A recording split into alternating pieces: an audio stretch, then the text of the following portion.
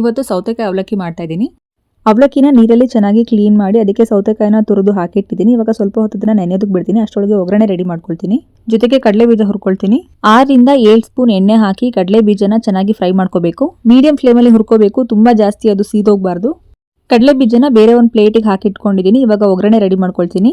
3 spoon ಎಣ್ಣೆಗೆ ಅರ್ಧ spoon ಸಾಸಿವೆ ಮತ್ತೆ ಜೀರಿಗೆ ಹಾಕೊಂಡಿದ್ದೀನಿ. 3 ಸ್ಪೂನ್ ಕಡಲೆಬೇಳೆ, ಅರ್ಧ ಸ್ಪೂನ್ ಉದ್ದಿನ ಬೇಳೆ ಹಾಕಿದ್ದೀನಿ. ಜೊತೆಗೆ 5 ರಿಂದ 6 ಹಸಿ ಮೆಣಸಿನಕಾಯಿಗಳನ್ನ ಚಿಕ್ಕ ಚಿಕ್ಕದಾಗಿ ಕಟ್ ಮಾಡಿ ಹಾಕಿದ್ದೀನಿ. ಒಂದು ಸ್ವಲ್ಪ ಕರ್ಬೇವಿನ ಸೊಪ್ಪನ್ನು ಹಾಕಿದ್ದೀನಿ.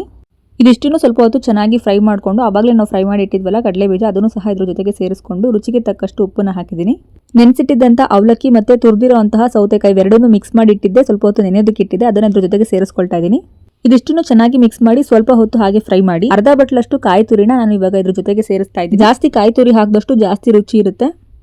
ಇದನ್ನ ಇವಾಗ ಚೆನ್ನಾಗಿ ಮಿಕ್ಸ್ ಮಾಡಬೇಕು. ಗಾರ್ನಿಶಿಂಗ್ಗೋಸ್ಕರ ಸ್ವಲ್ಪ ಕೊತ್ತಂಬರಿ ಸೊಪ್ಪನ್ನು ಹಾಕ್ತಾ ಇದ್ದೀನಿ. ಸೌತೆಕಾಯಿ ಅವಲಕ್ಕಿ ರೆಡಿಯಾಗಿದೆ.